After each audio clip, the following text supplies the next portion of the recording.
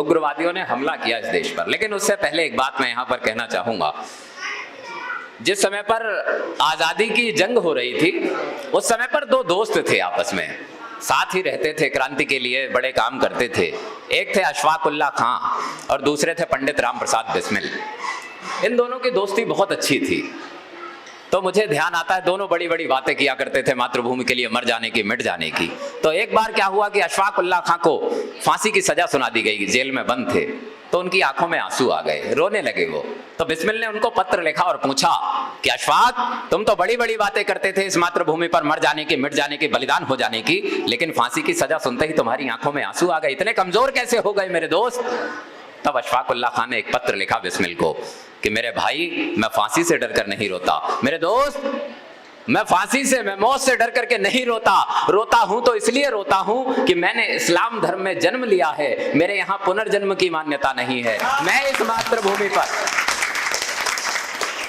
इस मातृभूमि पर केवल एक बार बलिदान हो सकता हूं। तुम हिंदू धर्म में जन्म लिया है तुमने, और तुम्हारे यहाँ पुनर्जन्म की मान्यता है। मैं केवल इस वजह से तुमसे ईर्ष्या करके रो रहा हूं कि तुम मातृभूमि पर बार बार जन्म लेकर के बार बार मर सकते हो।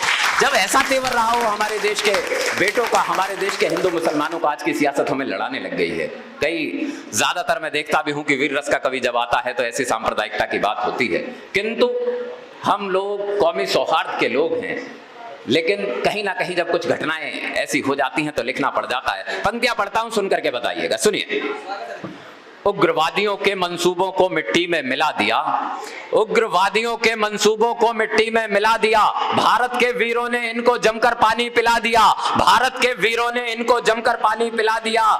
जिसने हमला कर भारत के 40 बेटे मारे थे, पुलवामा का अटैक याद कीजिएगा, जिसने हमला कर भारत के 40 बेटे मारे थे, जिसने हमला कर भारत के 40 बेटे मारे थे, ऐसा कर जिसने भारत मां के बेटे ललकारे थे। भूल गए थे कायर लोगों ने सत्ता अब खोदी है, दिल्ली की गद्दी पर बैठा बाप तुम्हारा मोदी है। क्या बात है, क्या बात है, क्या बात है। बहुत बहुत शुक्रिया, बहुत बहुत धन्यवाद।